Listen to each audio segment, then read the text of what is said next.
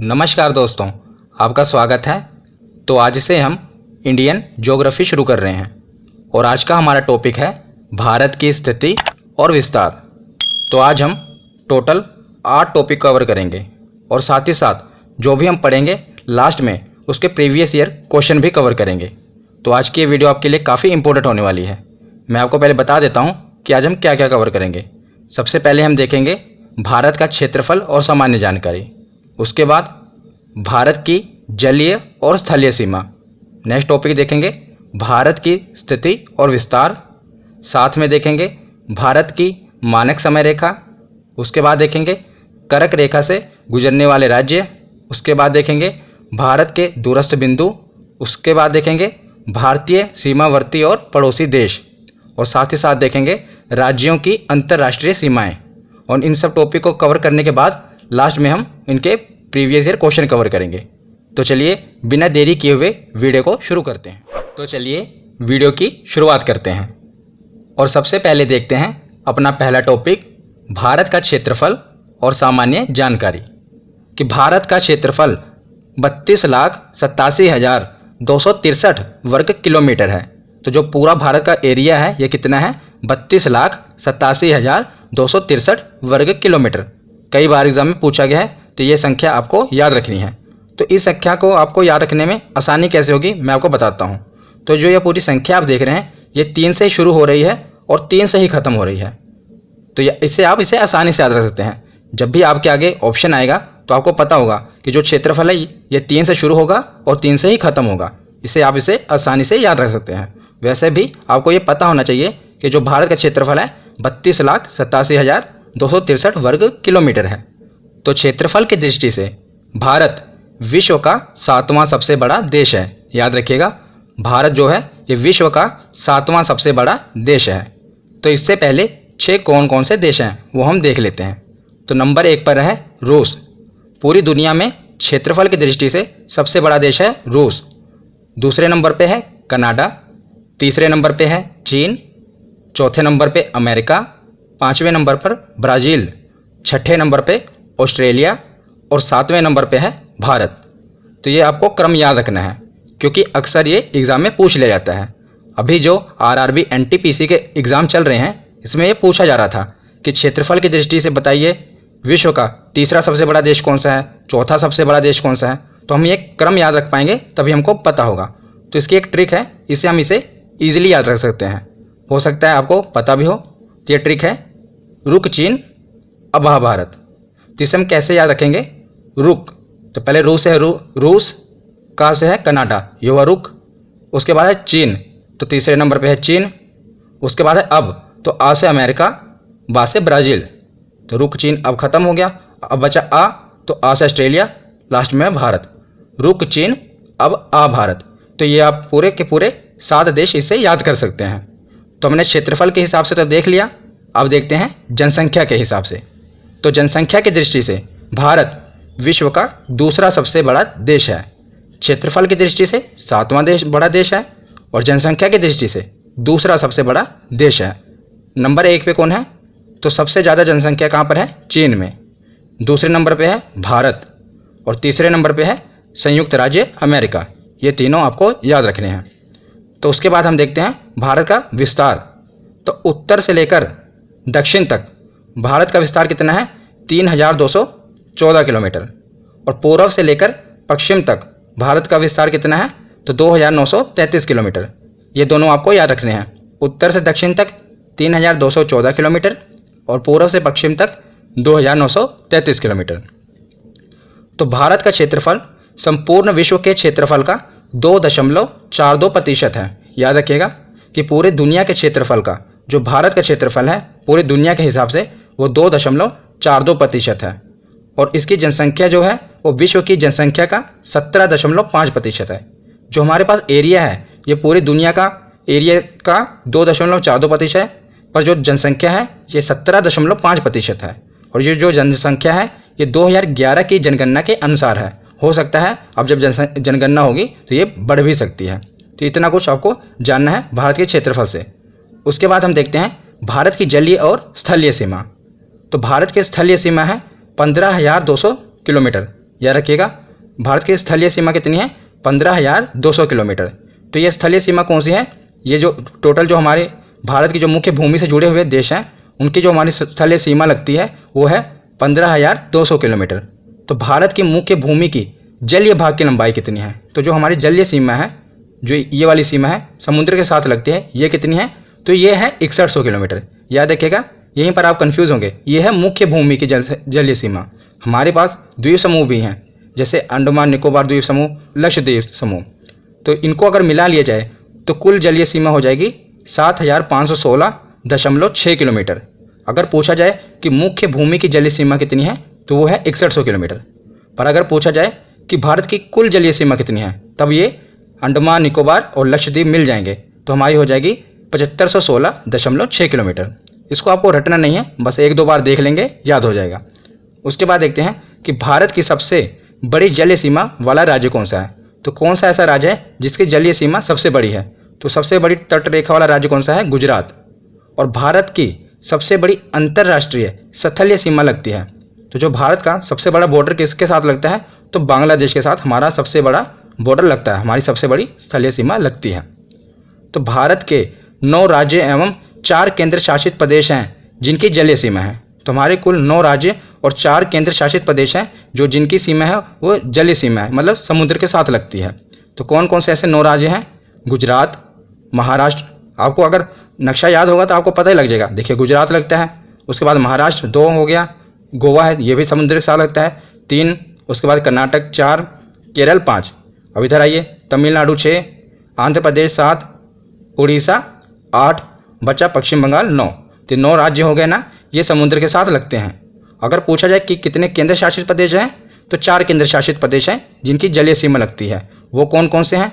तो अंडमान निकोबार, लक्षद्वीप, पुदुचेरी, दमन द्वीप। ये जो हैं ये 4 केंद्र शासित प्रदेश हैं जिनकी जलीय सीमा लगती है, और 9 राज्य हैं जिनकी जलीय सीमा लगती है। तो नेक्स्ट टॉपिक हम देखते हैं अपना भारत की स्थिति और विस्तार। तो जैसा कि आप ये देख रहे हैं, यह है ग्लोब। इसके ऊपर कुछ काल्पनिक रेखाएं खींची गई हैं इस प्रकार, कुछ वर्टिकल रेखाएं हैं, कुछ हॉरिजॉन्टल रेखाएं हैं। तो ये वैसे तो पृथ्वी पर कोई रेखा नहीं है, पर वैज्ञानिकों ने कुछ ग्लोब पर काल्पनिक रेखाएं खींची हैं। इसका भी अपना एक महत्व है, मैं आपको बाद में बताऊंगा। तो जो हॉरिजॉन्टल रेखा है इस प्रकार, उसे हम कहते हैं अक्षांश रेखाएं, और जो वर्टिकल रेखाएं हैं मतलब सीधी रेखाएं हैं, उन्हें हम कहते हैं देशांतर रेखाएं। तो आप जो पृथ्वी के बिल्कुल मध्य में, मतलब कि ग्लोब के जो पूरी मध्य में आप देख रहे हैं 0 डिग्री पर, यह है भूमध्य रेखा, जिसे हम इंग्लिश में कहते हैं इक्वेटर। और 23.5 डिग्री नॉर्थ में उत्तर में है कर्क रेखा, और 23.5 डिग्री नीचे साउथ में है मकर रेखा। तो 3 रेखा आपको पता होना चाहिए। जो बीचों बीच है यह है भूमध्य रेखा, और जो 23.5 डिग्री ऊपर है यह है कर्क रेखा, और 23.5 डिग्री नीचे है मकर रेखा। तो भूमध्य रेखा के समांतर खींची गई काल्पनिक रेखाएं अक्षांश रेखाएं कहलाएंगी। तो मैंने आपको बताया था बीच में है भूमध्य रेखा, ये है। तो इसके समांतर जितनी भी रेखाएं खींची गई हैं वो सारी कहलाएंगी अक्षांश रेखाएं, मतलब कि हॉरिजॉन्टल जितनी भी लाइन है वो सभी अक्षांश रेखाएं कहलाएंगी। और इंग्लिश में इसे कहेंगे लैटिट्यूड लाइन। तो और आसान है इंग्लिश में याद करना, जो लेटी हुई लाइनें हैं इन्हें लैटिट्यूड लाइन कहेंगे। उसके बाद देखते हैं कि उत्तरी ध्रुव और दक्षिणी ध्रुव को मिलाने वाली काल्पनिक रेखाएं देशांतर रेखाएं कहलाएंगी। तो जिस प्रकार बीचों बीच अक्षांश रेखा 0 डिग्री पर है, इसे भूमध्य रेखा कहते हैं, उसी प्रकार देशांतर रेखा भी 0 डिग्री पर है। इसे हम कहेंगे, ये उत्तरी ध्रुव है आपको पता है, और यह है दक्षिणी ध्रुव। तो उत्तरी ध्रुव और दक्षिणी ध्रुव को मिलाने वाली जो काल्पनिक रेखाएं हैं इस प्रकार खींची गई हैं, उन्हें हम कहेंगे देशांतर रेखाएं। तो ये उत्तरी ध्रुव को और दक्षिणी ध्रुव से मिलाती हैं, काल्पनिक रेखाएं हैं, इन्हें देशांतर रेखाएं कहते हैं। इंग्लिश में कहते हैं लॉन्गिट्यूड लाइन्स। तो जो भारत है, भारत की हमारी स्थिति कहाँ पर है ग्लोब में? तो ये उत्तरी गोलार्ध और पूर्वी देशांतर में स्थित है। कैसे, मैं आपको बताता हूँ। तो जैसे ये भूमध्य रेखा है, इसके ऊपर जो भी देश हैं ये हैं उत्तरी गोलार्ध में, और जो नीचे इसके देश हैं ये हैं दक्षिणी गोलार्ध में। मतलब ये पृथ्वी को समझ लो 2 भागों में बांट रही है, एक उत्तरी गोलार्ध और दक्षिणी गोलार्ध। उसी प्रकार जो ये 0 डिग्री की देशांतर रेखा है ये भी 2 भागों में बांटती हैं। जो इसके इस तरफ हैं इसे कहेंगे पूर्वी देशांतर, और जो इस तरफ के देश हैं इन्हें हम कहेंगे पश्चिमी देशांतर। मतलब कि ये पूर्वी देशांतर वाले देश हो जाएंगे और ये पश्चिमी देशांतर वाले देश हो जाएंगे। तो हमारा भारत कहाँ पर है? तो हमारा भारत है, ये आप ये देख रहे हैं, ये है भारत। तो ये देखिए, आप इक्वेटर के ऊपर है तो उत्तरी गोलार्ध में हुआ, और देशांतर के पूर्व में है तो पूर्वी देशांतर में हुआ। तो जो भारत है ये उत्तरी गोलार्ध और पूर्वी देशांतर में स्थित है। आशा करता हूँ आपको इससे समझ आया होगा। तो उसके बाद हम देखते हैं कि जो भारत की स्थिति है हमने पढ़ा कि अक्षांश रेखाएं और देशांतर रेखाएं हैं, ये पूरे ग्लोब पर काल्पनिक रेखाएं खींची गई हैं। तो भारत के ऊपर से भी कुछ अक्षांश रेखाएं और देशांतर रेखाएं गुजरेंगी, बिल्कुल गुजरेंगी। तो जो भारत की स्थिति है कि भारत किन अक्षांश रेखाओं और देशांतर रेखाओं के मध्य में है, ये कई बार एग्जाम में पूछा गया है, ये अब हम देखते हैं। तो जो भारत का मुख्य भाग है, मतलब जो हमारा भारत का मुख्य भाग है, ये 8 डिग्री 4 मिनट, याद रखिएगा, जो ऐसे ये ऊपर गोला बना है इसे हम डिग्री कहते हैं। उसके बाद जो अक्षर लिखा है उसके बाद जो ऊपर ऐसे कोमा बनेगा उसे मिनट कहते हैं। तो जो भारत का मुख्य भाग है ये 8 डिग्री 4 मिनट उत्तरी अक्षांश से 37 डिग्री 6 मिनट उत्तरी अक्षांश तक, जैसे आप देख रहे हैं ये 8 डिग्री 4 मिनट, ये जो रेखा कही है ये है 8 डिग्री 4 मिनट अक्षांश रेखा है। और ऊपर जो है ये रेखा है 37 डिग्री 6 मिनट उत्तरी अक्षांश रेखा। याद रखिएगा, ये हम ऊपर वाले को उत्तरी और नीचे वाले को दक्षिणी नहीं कहेंगे, क्योंकि जो हमारा भारत था, मैंने आपको पीछे बताया कि ये उत्तरी गोलार्ध में है। तो ये जितनी भी अक्षांश रेखाएं हैं इनको हम उत्तरी अक्षांश रेखाएं ही कहेंगे। और जो ये रेखाएं हैं इन्हें हम कौन सी रेखाएं कहेंगे? पूर्वी देशांतर रेखाएं कहेंगे। क्यों? मैंने आपको पीछे बताया कि हमारा भारत उत्तरी गोलार्ध पूर्वी देशांतर में है। तो जो भी अक्षांश रेखाएं होंगी सभी रेखाओं को हम उत्तरी अक्षांश रेखाएं, और जो देशांतर रेखाएं होंगी उन्हें पूर्वी देशांतर रेखाएं कहेंगे। अब हम देखते हैं कि भारत कहाँ पर स्थित है। तो भारत है 8 डिग्री 4 मिनट उत्तरी अक्षांश रेखा से लेकर 37 डिग्री 6 मिनट उत्तरी अक्षांश रेखा के बीच में। और देशांतर रेखा के बीच में देखते हैं कहाँ पर है। तो देशांतर रेखा है 68 डिग्री 7 मिनट पूर्वी देशांतर रेखा से लेकर 97 डिग्री 25 मिनट पूर्वी देशांतर रेखा के बीच। ये हमारी भारत की स्थिति। तो ये कई बार एग्जाम में पूछा गया है घुमा फिरा के कि कहाँ पर स्थित है, तो आपको याद रखना है। जिसकी मैं आपको एक ट्रिक बताता हूँ कि इसको आप याद कैसे रखेंगे। वैसे तो आपको याद हो जाएगा अगर 2-3 बार देख लेंगे। आपको इसको याद करने का तरीका भी है, देखो इसको आप ऐसे याद करेंगे। पूरा डिजिट तो आपको याद नहीं होगा, बस 2-2 डिजिट पकड़िए। 37 84 37 84 2-3 बार बोलेंगे। 37 84 और 68 97 68 97 37 84 68 97, इस प्रकार याद करेगा। मिनट और डिग्री छोड़ दीजिए, बस आप डिजिट याद करिए। 37 84 68 97 37 84 68 97। और अगर आपको एक भी डिजिट पता होगा तब भी आप काम चल जाएगा। मैं आपको ट्रिक से बताता हूँ इसको याद कैसे करेंगे। जब भी आपको ऑप्शन आएंगे वहाँ पर 2 डिजिट इसके आएंगे कि पूर्वी देशांतर से लेकर इतने पूर्वी देशांतर के बीच में है। जैसा कि उदाहरण के रूप में आप देखिए 68 डिग्री 7 मिनट पूर्वी देशांतर से लेकर 97 डिग्री 25 मिनट पूर्वी देशांतर के बीच में है। तो इसे हम याद कैसे करेंगे? जब भी हमारा ऑप्शन आएगा आप लिख रहेंगे, बस 2 ही डिजिट लिखना है आपको, 68 और 97। तो आप देखेंगे अगर इनको क्रॉस में देखेंगे तो एक ऐड हो रहा है। 6 में अगर 1 ऐड करेंगे तो 7, और 8 में 1 ऐड करेंगे तो 9। तो आपको उसी टाइम पता लग जाएगा ये ऑप्शन सही है। क्योंकि अगर दूसरा ऑप्शन कोई होगा तो वहाँ पर ऐसा लिखा होगा 67 72, तो वहाँ पर अगर आप तिरछा गुना ऐड करेंगे तो एक ऐड नहीं होगा। पर इसमें देखिए 1 ऐड हो रहा है ना, 6 को ऐड करेंगे 1 7, और 8 में 1 ऐड करेंगे 9। उसी प्रकार दूसरे में भी हो रहा है। उत्तरी अक्षांश देखिए 37 6 है और 84 है। मैंने आपको कहा 2-2 डिजिट लीजिए, 37 और 84। तो 3 में 1 ऐड करेंगे 4, और 7 में 1 ऐड करेंगे 8। तो इसमें भी 1 ही ऐड हो रहा है। तो इस प्रकार अगर आप कई बार भूल भी जाएंगे तो आपको ये ट्रिक से याद हो जाएगा कि हाँ भाई ऐसे ये ऑप्शन गलत है, ये वाला सही है। अगर कई बार आप भूल गए तब ये आप आजमा कर देख लेना। तो अब हम अपना नेक्स्ट टॉपिक देखते हैं कि जो समय मानक रेखा होती है कैसे पता लगता है कि भारत में कितना समय हुआ है, तो ऑस्ट्रेलिया में कोई और समय होता है, ये कैसे निर्धारण किया जाता है। तो इसका निर्धारण किया जाता है ग्रीनविच मीन टाइम से। तो इंग्लिश में कहते हैं इसे ग्रीनविच मीन टाइम, और हिंदी में कहते हैं ग्रीनविच माध्य समय। यहाँ पर आएगा ग्रीनविच। तो ग्रीनविच माध्य समय, तो ये क्या होता है अब मैं आपको समझाता हूँ। तो पहले आप इतना जान लीजिए कि जो GMT यानी कि ग्रीनविच माध्य समय है, इसी के आधार पर ही समय का आकलन किया जाता है। इसमें कैसा आकलन किया जाता है? तो मैंने आपको बताया कि ग्लोब पर जो सीधी रेखाएं हैं ये हैं सब देशांतर रेखाएं, ये सब काल्पनिक रेखाएं हैं।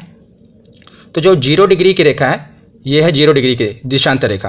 तो इसके आगे जितने भी देश आएंगे इनमें जो समय चलेगा वो प्लस में चलेगा। उदाहरण से मैं आपको समझाता हूँ। जो मान लीजिए जो 0 डिग्री के समय रेखा है, यहाँ पर रात के 12 बज रहे हैं, रात के 12 बज रहे हैं। तो इसके आगे जो भी जितने भी देश आएंगे, ये 0 डिग्री पर है, आगे जैसे 15 डिग्री 45 डिग्री 60 डिग्री, आगे जितने भी देश आए इसमें प्लस में टाइम चलेगा। 12 बज रहे हैं तो वहाँ पर 1 बजेंगे 2 बजेंगे 3 बजेंगे। और जो 0 डिग्री के पीछे वाले देश हैं, इस तरफ के देश हैं, पश्चिमी देश हैं, वहाँ पर 12 बजे से पहले का समय होगा। मान लीजिए 11 बजे 10 बजे। ये देशांतर रेखाओं पर निर्भर करेगा, वो मैं आपको आगे समझाऊंगा कि कैसे पता लगेगा कि कहाँ पर कितना समय होगा। बस अभी आपको इतना पता होना चाहिए कि जो 0 डिग्री देशांतर रेखा है इसके पूर्व में जितने भी देश हैं वो समय आगे रहेगा, और पश्चिम में जितने भी देश हैं उनका समय पीछे रहेगा। क्यों, ऐसा क्यों होगा? क्योंकि जो सूरज होता है ये पूर्व में उगता है, तो पहले रोशनी कहाँ पर पड़ेगी? तो पहले इधर पड़ेगी ना, पूर्व में, इसलिए इनका समय आगे होगा, और पश्चिम में जो समय होगा इनका पीछे होगा। तो जो 1 डिग्री देशांतर रेखा होता है इसमें 4 मिनट का फ़र्क पड़ता है। जैसे ये 0 डिग्री देशांतर रेखा है, इसके आगे 1 भी होगी, 15 डिग्री भी होगी, तो 1 डिग्री देशांतर रेखा में 4 मिनट का समय का फ़र्क पड़ता है और 15 डिग्री देशांतर रेखा पर 60 मिनट का फ़र्क पड़ेगा। तो जैसे ये 0 डिग्री देशांतर रेखा है, जब यहाँ पर रात के 12 बज रहे हैं मान लो, तो जो 15 डिग्री देशांतर रेखा पर कोई देश होगा, जितने भी देश होंगे, मतलब ये पूरी सीधी रेखा है, इस पर बहुत से देश होंगे, तो जो 15 डिग्री देशांतर रेखा पर देश होंगे वो 60 मिनट आगे होंगे, मतलब वहाँ पर रात का 1 बज रहा होगा। तो आगे इसी प्रकार जो 30 डिग्री देशांतर रेखा पे होंगे वहाँ पर कितना बज रहा होगा, तो वहाँ पर 2 बज रहा होगा। अगर हम पीछे देखें, पश्चिम की तरफ देखें, तो जो 0 डिग्री है, इसी प्रकार यहाँ भी 15 डिग्री होगा, तो यहाँ पर कितना बज रहा होगा, यहाँ पर 11 बज रहे होंगे, क्योंकि 1 घंटा पीछे समय चलेगा। तो आशा करता हूँ आपको समझ आया होगा कि जो 0 डिग्री देशांतर रेखा है, इसके पूर्व में जितने देश होंगे वहाँ पर समय आगे होगा और इससे पश्चिम में जितने देश होंगे समय पीछे होगा। फ़र्क कितना होगा, तो 15 डिग्री देशांतर रेखा पर 1 घंटे का फ़र्क पड़ता है। तो अंतर्राष्ट्रीय मानक समय की रेखा के बाद हम देखते हैं अपनी भारत की मानक समय रेखा कि भारत में कौन सा टाइम जोन है। तो भारत में जो देशांतर रेखा है, जो हम अपना समय मानक समय रेखा मानते हैं, 82.5 डिग्री पूर्वी देशांतर को मानते हैं। तो भारत में इलाहाबाद के नैनी के समीप से गुजरने वाले 82 डिग्री 30 मिनट पूर्वी देशांतर के स्थानीय समय को भारतीय मानक समय माना जाता है। तो जैसे मैंने आपको बताया कि हर देश के ऊपर से स्थानीय देशांतर रेखाएं गुजरेंगी, कई देशांतर रेखाएं, तो जो हम अपना टाइम जोन मानते हैं, ये मानते हैं 82.5 डिग्री पूर्वी देशांतर को। और ये भारत की जो मानक समय रेखा है, ये GMT यानी कि ग्रीनविच मीन टाइम से कितना आगे है, तो 5.5 घंटा आगे है। हमने पीछे देखा ना, ये 0 डिग्री है, जो इसके आगे देश होंगे इनका टाइम आगे होगा। तो जो भारत हमारा कहाँ पर है, तो भारत हमारा यहाँ पर है, तो 1 डिग्री पर 4 मिनट का फ़र्क पड़ जाता है और 15 डिग्री पर 60 मिनट का, तो हमारा कितने डिग्री आगे है, तो 82 डिग्री आगे है। तो इसी प्रकार अगर हम इसे कैलकुलेट करेंगे तो 5.5 घंटा टाइम हमारा आगे है। तो ये कई बार एग्जाम में पूछा गया है कि GMT से भारत का मानक समय रेखा कितना आगे है, तो 5 घंटा 30 मिनट आगे है। हम अपने भारत में एक ही टाइम जोन मानते हैं, मतलब पूरे भारत में एक ही समय रेखा है, बस इस रेखा से हैं हम पूरे भारत का टाइम डिसाइड करते हैं। पर अमेरिका में देखा जाए तो 11 टाइम जोन है, रशिया में भी 11 टाइम जोन है, पर भारत में एक ही टाइम जोन है। और वैज्ञानिकों का कहना है कि भारत को 2 टाइम जोन मानने चाहिए। उनका तर्क भी सही है, क्योंकि जो ये नॉर्थ ईस्ट वाला एरिया है, यहाँ पर 4 बजे ही सुबह हो जाती है, मतलब कि 4 बजे सूरज निकल जाता है। और ये जो बाकी बचा हुआ भारत का भाग है, यहाँ लगभग 6 बजे सूरज निकलता है।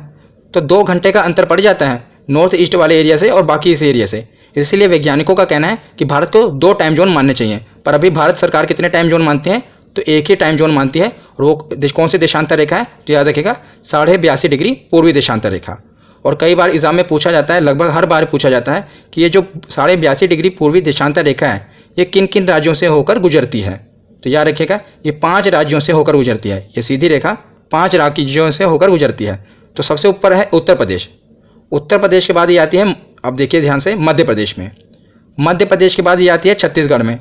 छत्तीसगढ़ के बाद उड़ीसा, और उड़ीसा के बाद आंध्र प्रदेश। तो यहाँ से 82.5 डिग्री की पूर्वी देशांतर रेखाएं होकर गुजरती हैं। एक बार और देख लीजिए, सबसे ऊपर है उत्तर प्रदेश। अब अपने दिमाग में नक्शे को रखिए, उत्तर प्रदेश के नीचे मध्य प्रदेश, मध्य प्रदेश के नीचे छत्तीसगढ़, छत्तीसगढ़ के नीचे उड़ीसा का कुछ भाग, और उड़ीसा के बाद आंध्र प्रदेश। तो ये 5 राज्यों से होकर भारत की मानक समय रेखा गुजरती है। तो आशा करता हूँ आपको क्लियर हो गया होगा। अब हम देखते हैं कर्क रेखा से गुजरने वाले राज्य। तो अभी हमने पीछे मानचित्र में देखा कि 0 डिग्री जो इक्वेटर रेखा थी, यानी कि भूमध्य रेखा थी, उसके 23.5 डिग्री ऊपर कौन सी रेखा थी, तो वो कर्क रेखा थी। और वो कर्क रेखा भारत की बिल्कुल बीचों बीच से होकर गुजरती है। और ये पूछा जाता है एग्जाम में कि किन राज्यों से होकर गुजरती है, तो कुल 8 राज्य हैं। इनके लिए हमें कोई ट्रिक की ज़रूरत नहीं है, ये तो हमें वैसे भी पता होने चाहिए कि कौन कौन से राज्यों के ऊपर से होकर गुजरती है। तो जो भारत का नक्शा है, ये तो हमें पता ही होना चाहिए। अगर आप कॉम्पिटिशन एग्जाम की तैयारी कर रहे हैं, तो जहाँ पर आप तैयारी कर रहे हैं वहाँ पर दीवार पर भारत का नक्शा और विश्व का नक्शा, ये दोनों लगा होना चाहिए। और जो भारत का नक्शा है, ये आपके दिल और दिमाग दोनों में छपा होना चाहिए।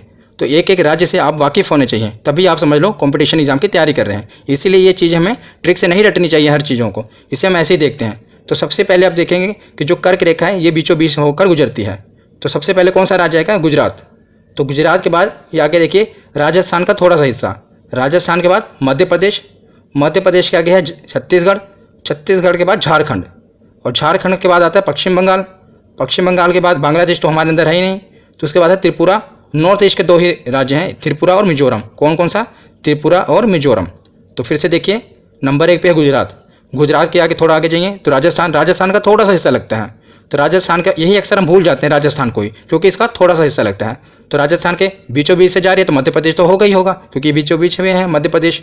उसके बाद छत्तीसगढ़, छत्तीसगढ़ के आगे थोड़ा सा झारखंड, झारखंड के बाद पश्चिम बंगाल, और पश्चिम बंगाल के बाद त्रिपुरा, और लास्ट में है मिजोरम। त्रिपुरा और मिजोरम ये कर्क रेखा से गुजरने वाले राज्य हैं। तो कितने राज्य हैं? तो 8 राज्य हैं। देखते हैं भारत के दूरस्थ बिंदु, बहुत इंपॉर्टेंट है, याद रखिएगा, बहुत बार एग्जाम में पूछा गया है। अभी हम क्वेश्चन में भी इसको देखेंगे, इसलिए ध्यान से देखिएगा। तो इसमें पूछा जाता है कि भारत का सबसे उत्तरी छोर कौन सा है, दक्षिणी छोर कौन सा है। तो भारत का सबसे उत्तरी छोर यानी कि उत्तरी बिंदु कौन सा है? तो ये है इंदिरा कोल, ये सियाचिन में है। पहले जम्मू कश्मीर के अंदर था, अब जो सियाचिन है ये लद्दाख के अंदर है। तो सबसे उत्तरी बिंदु कौन सा है भारत का? इंदिरा कोल। और दक्षिणी बिंदु कौन सा है? तो इंदिरा पॉइंट, जो अंडमान और निकोबार द्वीप समूह है, उसका जो निकोबार द्वीप समूह है उसी में है इंदिरा पॉइंट। तो उत्तरी इंदिरा कोल से दक्षिणी खत्म हुआ इंदिरा पॉइंट में। सबसे पश्चिमी बिंदु भारत का कौन सा है? तो यह है सर क्रीक, गुजरात में है सर क्रीक। और सबसे पूर्वी बिंदु है, तो इसमें याद रखिएगा 2 हैं, एक किबिथु और वलांगू। कई बार एग्जाम में किबिथु ऑप्शन में दिया होता है तो आप किबिथु को लगाएंगे, और जब एग्जाम में वलांगू ऑप्शन में दिया होगा तो वलांगू को लगाएंगे। इनमें विवाद है, पर ज़्यादातर वलांगू सही है क्योंकि ये आगे है, पर किबुथु भी एग्जाम में पूछ लिया जाता है। तो किबिथु और वलांगू ये दोनों आप याद रखिएगा। ये है पूर्वी, ये अरुणाचल प्रदेश में है।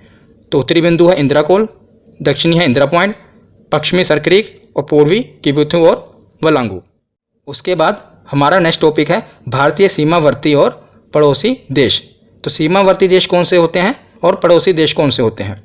तो सीमावर्ती देश वो हैं जिनसे भारत का बॉर्डर लगता है, मतलब जो भारत की मुख्य भूमि है, भारत की स्थलीय सीमा, याद रखेगा, जिनसे भारत की स्थलीय सीमा लगती है, जिनसे भारत की स्थलीय सीमा लगती है उन्हें सीमावर्ती देश कहते हैं। तो कौन कौन से हैं? पाकिस्तान, अफगानिस्तान, चीन, नेपाल, भूटान, बांग्लादेश और म्यांमार। इनसे भारत की स्थलीय यानी कि सीमा लगती है, बॉर्डर लगता है, तो ये सीमावर्ती देश है। पर पड़ोसी देश कौन कौन से हैं? तो पड़ोसी देश हैं 9। जब बात है सीमावर्ती देश की तो वो हैं 7, और जब बात है भारत के पड़ोसी देशों की तो वो हैं 9।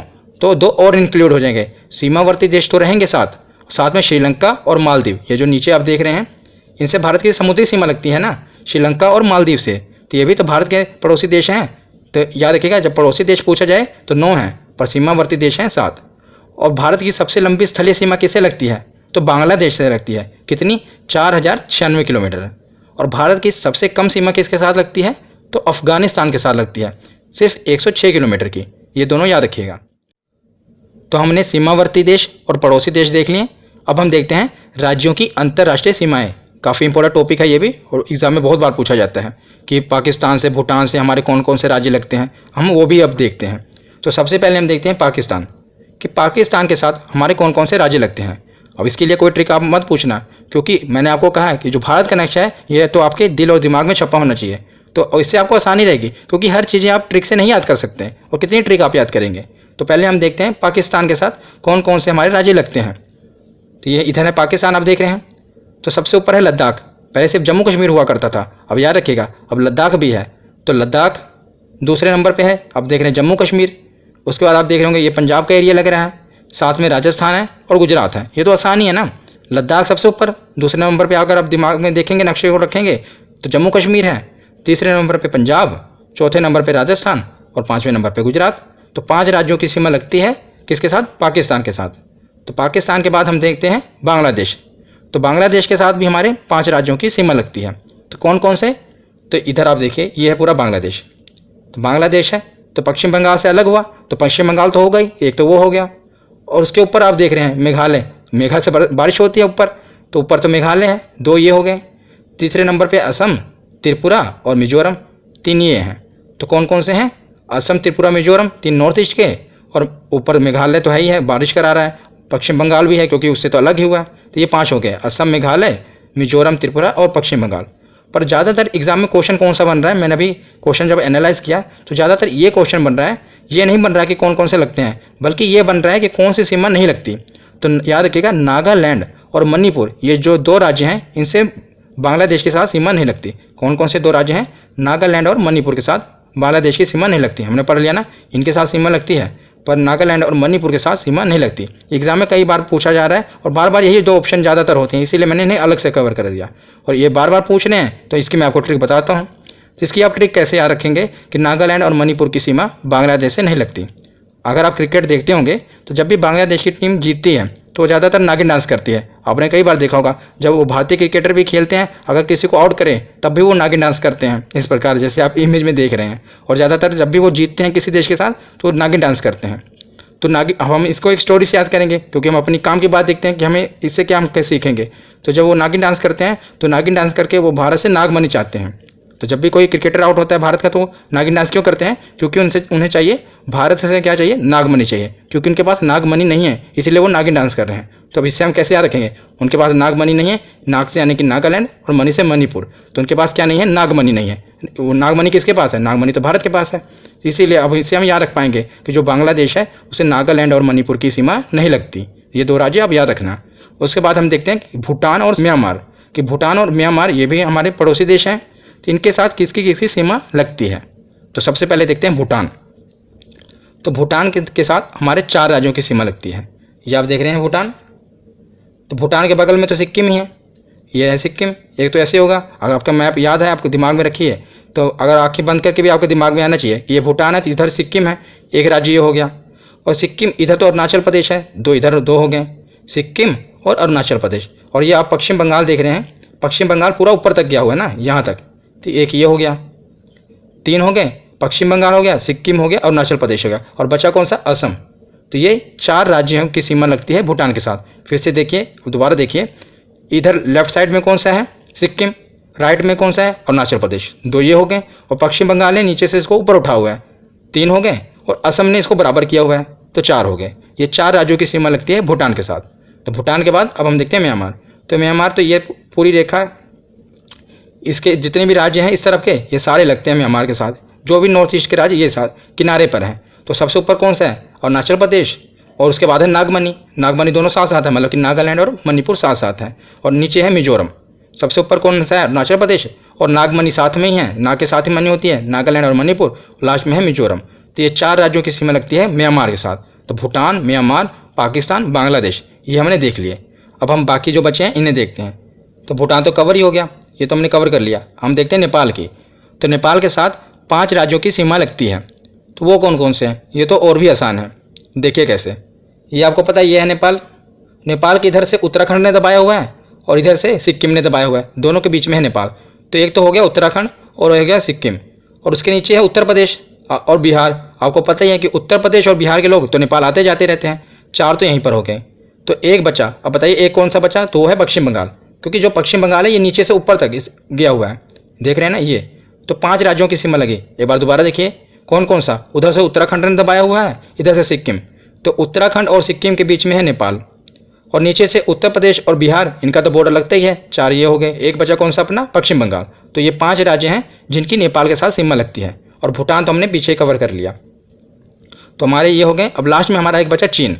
अब इसकी भी हम देख लेते हैं कि चीन के साथ हमारे कौन कौन से राज्यों की सीमा लगती है। तो चीन के साथ हमारे कौन कौन से राज्यों की सीमा लगेगी? सबसे ऊपर लद्दाख की सीमा लगेगी। याद रखिएगा, पहले हमारी जम्मू कश्मीर की सीमा भी लगती थी, पर अब हमारा ये ऊपर वाला एरिया ये तो लद्दाख हो गया। तो अब जम्मू कश्मीर की सीमा चीन के साथ नहीं लगती। नए मैप के अकॉर्डिंग हमारी लद्दाख की सीमा चीन के साथ लगती है। लद्दाख के नीचे है हिमाचल प्रदेश। हिमाचल प्रदेश के नीचे कौन सा है? उत्तराखंड। उत्तराखंड के साथ में तो नेपाल है, ये तुम्हारे अंदर है ही नहीं। उसके बाद है सिक्किम, और सिक्किम के बाद है अरुणाचल प्रदेश। तो अरुणाचल प्रदेश तो आपको याद ही होगा, क्योंकि अरुणाचल प्रदेश और लद्दाख में तो वो आए दिन अपना कहता है कि हमारा ज़मीनी ये हमारे अंडर है। तो आपको पता ही होगा लद्दाख और अरुणाचल प्रदेश ये तो ऐसे ही आपको याद होंगे। बाकी हिमाचल प्रदेश, उत्तराखंड और सिक्किम, ये बाकी की 3 हैं। तो ये 5 राज्यों की सीमा लगती है चीन के साथ। तो यहाँ पर हमने पूरी थ्योरी कवर की। अब हम इसका टेस्ट लगाते हैं कि कौन कौन से जो प्रीवियस ईयर के क्वेश्चन हैं वो हम कवर करते हैं। तो अब हम प्रीवियस ईयर के क्वेश्चन देखते हैं जो इसे पूछे गए हैं। अब सबसे पहला क्वेश्चन है कि भारत स्थित है। तो भारत कहाँ पर स्थित है? हमने देखा कि भारत स्थित है उत्तरी गोलार्ध और पूर्वी देशांतर में। उत्तरी गोलार्ध और कहाँ पर? पूर्वी देशांतर में स्थित है। दूसरा क्वेश्चन है, इसमें जो कुछ नए क्वेश्चन भी मैंने ऐड किए हैं उसको हम साथ साथ ही देखते जाएंगे। अगर हमने पीछे नहीं पढ़ा तो साथ साथ कवर कर लेंगे। और दूसरा क्वेश्चन है कि भारत की आकृति क्या है। तो भारत की आकृति कैसी है? ज़्यादातर आपको लगती होगी कि भारत की आकृति त्रिकोणीय है, पर यह गलत है। भारत की आकृति है चतुष्कोणीय। याद रखिएगा कौन सी आकृति है भारत की? चतुष्कोणीय। तीसरा क्वेश्चन, भारत का कुल क्षेत्रफल है। इसको मैंने आपको याद करने का तरीका बताया था। तो जब भी ऐसा है संख्या, तो भारत की जो क्षेत्रफल 3 से शुरू होता है और 3 से ही खत्म होता है। तो भारत का कुल क्षेत्रफल है 32,87,263 वर्ग किलोमीटर। नेक्स्ट क्वेश्चन देखते हैं कि भारत का उत्तर से दक्षिण में विस्तार कितना है। तो भारत का उत्तर से दक्षिण में विस्तार कितना है, 3214 किलोमीटर है। उत्तर से दक्षिण की बात की जाए तो याद रखिएगा 3214 किलोमीटर। और नेक्स्ट क्वेश्चन है कि भारत का पूर्व से पश्चिम में विस्तार कितना है। तो ये दोनों क्वेश्चन बहुत बार एग्जाम में आते हैं। तो ये ऊपर से तो 3214 है और पूर्व से पश्चिम में है 2933 किलोमीटर। उसके बाद नेक्स्ट क्वेश्चन है कि भारत की तट रेखा की लंबाई कितनी है। तो इन्होंने मुख्य भूमि की ही पूछी है क्योंकि ऑप्शन से पता लग रहा है हमें। तो भारत की तट रेखा की लंबाई मतलब कि ये जो एरिया है इसकी लंबाई कितनी है, तो 6100 किलोमीटर इसका राइट आंसर होगा, ऑप्शन ए। उसके बाद अगला क्वेश्चन देखते हैं कि प्राचीन भारतीय भौगोलिक मान्यता के अनुसार भारतवर्ष किस द्वीप का अंग था। तो जैसे अब हम देखते हैं कि भारत एशिया का अंग था, तो ये प्राचीन के समय की बात कर रहे हैं। तो प्राचीन समय ये किसका अंग था, तो उस समय ये जम्बू द्वीप का अंग था। याद रखिएगा, इंपॉर्टेंट क्वेश्चन है। तो कौन से किस द्वीप का अंग था, जम्बू द्वीप। उसके बाद अगला क्वेश्चन है कि इंडियन स्टैंडर्ड टाइम और ग्रीनविच मीन टाइम के अंतर का में कितना अंतर है। तो जो हमारा भारत की मानक समय रेखा है ये कितनी आगे है ग्रीनविच मीन टाइम से, तो हमने पढ़ा था कि 5 घंटे 30 मिनट ये आगे है। उसके बाद नेक्स्ट क्वेश्चन है कि भारत का क्षेत्रफल विश्व के कुल भौगोलिक क्षेत्रफल का कितना है। तो कई बार एग्जाम में ये क्वेश्चन पूछा गया, देख ही रहे हैं आप। तो ये कितना है, अभी हमने पीछे पढ़ा था ना कि पूरे विश्व का हमारा भारत का कितना हिस्सा है, तो 2.4% हमारा भारत है पूरे विश्व का हिस्सा। क्षेत्रफल के हिसाब से कह रहे हैं ये। अगर जनसंख्या के हिसाब से बात करते हैं तो जनसंख्या के हिसाब से 17.5% है। उसके बाद नेक्स्ट क्वेश्चन है कि भारत में कितने राज्य समुद्र तट रेखा में है। मतलब जो भारत के कितने राज्य हैं जिनकी सीमा समुद्र तट से लगती है। तो हमने पीछे पढ़ा था कितने राज्य थे, 9 राज्य थे। और केंद्र शासित प्रदेश कितने थे, 4। तो यहाँ पर राज्य पूछा है तो 9 राज्य हैं। कौन कौन से ये शायद में लिख लिए, अब देख लेना, हमने पीछे पढ़ भी लिए थे। और केंद्र शासित प्रदेश पूछते तो वो 4 थे। उसके बाद नेक्स्ट क्वेश्चन है कि भारत में निम्नलिखित में से किस राज्य की तट रेखा सबसे लंबी है। तो कौन सा राज्य था जिसकी तट रेखा सबसे लंबी है, रेलवे में कई बार एग्जाम में ये पूछा गया है। तो गुजरात है, इसका सही ऑप्शन कौन सा होगा, गुजरात। गुजरात की तट रेखा सबसे लंबी है। अब आती है बात कि भारत का दक्षिणतम बिंदु कौन सा है। तो उत्तरी बिंदु कौन सा था, उत्तरी था इंदिरा कोल। इंदिरा कोल से लेके मैंने बताया था इंदिरा पॉइंट, तो दक्षिणी है इंदिरा पॉइंट, यानी कि ऑप्शन सी। उत्तरी पूछा होता तो इंदिरा कोल। नेक्स्ट क्वेश्चन है कि इंदिरा पॉइंट का अन्य नाम क्या है। तो जो भारत का सबसे दक्षिणतम बिंदु है ये तो है इंदिरा पॉइंट, और इसके कुछ अन्य नाम भी हैं। तो इसके कुल 4 नाम हैं। एक तो है इंदिरा पॉइंट और इसके 3 नाम अलग हैं, वो भी आप देख लीजिए। पहला है पार्सन पॉइंट, इसे पार्सन पॉइंट भी कहते हैं, लाही चिंग भी कहते हैं, और पिगमेलियन पॉइंट भी कहते हैं। पिगमेलियन तो कई बार एग्जाम में पूछा गया है कि इंदिरा पॉइंट का नाम क्या है, तो पिगमेलियन। ये तो आपको याद होना चाहिए, और बाकी भी याद होने चाहिए कि पार्सन पॉइंट भी कहते हैं और लाही चिंग। तो इसका राइट ऑप्शन कौन सा होगा, इनमें से सभी। तो ये इंदिरा पॉइंट के अन्य नाम है, इनमें से सभी, ये सभी नाम इंदिरा पॉइंट को ही कहते हैं। उसके बाद नेक्स्ट क्वेश्चन है कि भारत की सबसे लंबी अंतर्राष्ट्रीय सीमा किस देश के साथ लगती है। ये तो अभी तक आपको याद हो ही गया होगा कि बांग्लादेश के साथ भारत की सबसे लंबी अंतर्राष्ट्रीय सीमा लगती है। उसके बाद नेक्स्ट क्वेश्चन देखते हैं कि भारत की मुख्य भूमि की दक्षिणी सीमा है। इसमें से आपको कौन सा डिजिट है जो जाना पहचाना लग रहा है। अगर आपने वीडियो को ध्यान से सुना होगा तो 8 डिग्री 4 मिनट उत्तरी अक्षांश, ये इसका राइट आंसर होगा। हमने पीछे ट्रिक से भी देखा था कि ऊपर से 2, मैंने कहा था 2 डिजिट याद रखना। जैसे एक डिजिट मिल गई आपको 84, तो 4 में से एक कम किया 3 और 8 में से कम किया 7। हमने वहाँ पर जोड़ा था ना, तो 7 में एक जोड़ेंगे 8 और 3 में एक जोड़ेंगे 4। तो ऊपर था 37 और नीचे था 84। तो इसका राइट आंसर कौन सा है, 84। मतलब कि 8 डिग्री और 4 मिनट उत्तरी अक्षांश। नेक्स्ट क्वेश्चन है भारतीय मानक समय आधारित है। ये पूछना है कि कितनी देशांतर रेखा जो भारत के ऊपर से गुजरी है, जो हम अपना टाइम जोन मानते हैं। तो 82.5 डिग्री को मानते थे। अब इसमें दोनों ऑप्शन है, एक है सी ऑप्शन भी है 82.5 डिग्री और डी ऑप्शन भी है 82 डिग्री 30 मिनट, दोनों ऑप्शन सेम है। तो आपको कैसे पता लगेगा कौन सा सही है। तो मैंने बताया था ना कि जो भारत है उत्तरी गोलार्ध पूर्वी देशांतर में है, तो इसका ऑप्शन सही होगा ऑप्शन सी। मतलब कि 82 डिग्री 30 मिनट पूर्वी देशांतर पर यह भारतीय मानक समय रेखा है। उसके बाद नेक्स्ट क्वेश्चन है बांग्लादेश से किस राज्य की सीमा नहीं लगती। तो मैंने आपको बताया था कि काफ़ी इंपॉर्टेंट क्वेश्चन है। यही क्वेश्चन पूछा जाता है कि किस राज्य की सीमा नहीं लगती। तो उस समय मैंने आपको ट्रिक से बताया था कि बांग्लादेशी खिलाड़ी नागिन डांस कर रहे हैं। क्यों, किस लिए नागिन डांस कर रहे हैं, क्योंकि उन्हें भारत से क्या चाहिए, नागमणि चाहिए। उनके पास नागमणि नहीं है, तो यहाँ पर नागालैंड नहीं है। आंसर कौन सा है, मणिपुर है। तो ये मणिपुर सही होगा। तो जो मणिपुर है इसकी सीमा बांग्लादेश से नहीं लगती। उसके बाद कुछ 3 क्वेश्चन बचे हैं, ये भी हम देख लेते हैं कि निम्नलिखित में से किस राज्य से होकर कर्क रेखा नहीं गुजरती। तो कर्क रेखा किस राज्य से नहीं गुजरती, तो उत्तर प्रदेश से नहीं गुजरती, क्योंकि जो मध्य प्रदेश है उसके ऊपर है उत्तर प्रदेश। तो यहाँ से कर्क रेखा गुजरती हो, उत्तर प्रदेश से नहीं गुजरती। तो इसका राइट आंसर होगा उत्तर प्रदेश। अगला क्वेश्चन है कि क्षेत्रफल की दृष्टि से विश्व का तीसरा सबसे बड़ा देश कौन सा है। तो तीसरा सबसे बड़ा देश कौन सा है, तो चीन। हम अपने ट्रिक से याद किया था ना। राइट आंसर होगा चीन। रुक चीन, रुक से रूस, उसके बाद का से कनाडा, ये पहला और दूसरा हो गया। उसके बाद चीन, तो तीसरे नंबर पे था चीन। ये भी एनटीपीसी में पूछा गया था, इसलिए मैंने इसे इंक्लूड किया है। उसके बाद लास्ट क्वेश्चन है कि भारत का सबसे पश्चिमी भाग कौन सा है। तो सबसे पश्चिमी भाग कौन सा है, तो सर क्रीक है, ये सबसे पश्चिमी भाग है। इसका राइट आंसर होगा ऑप्शन सी। सबसे उत्तरी पूछा जाए तिंजराकोल, दक्षिणी इंदिरा पॉइंट और पूर्वी वालंगू। तो आज की ये वीडियो यहीं पर खत्म होती है। कैसी लगी आपको वीडियो कमेंट सेक्शन में जरूर बताना। धन्यवाद।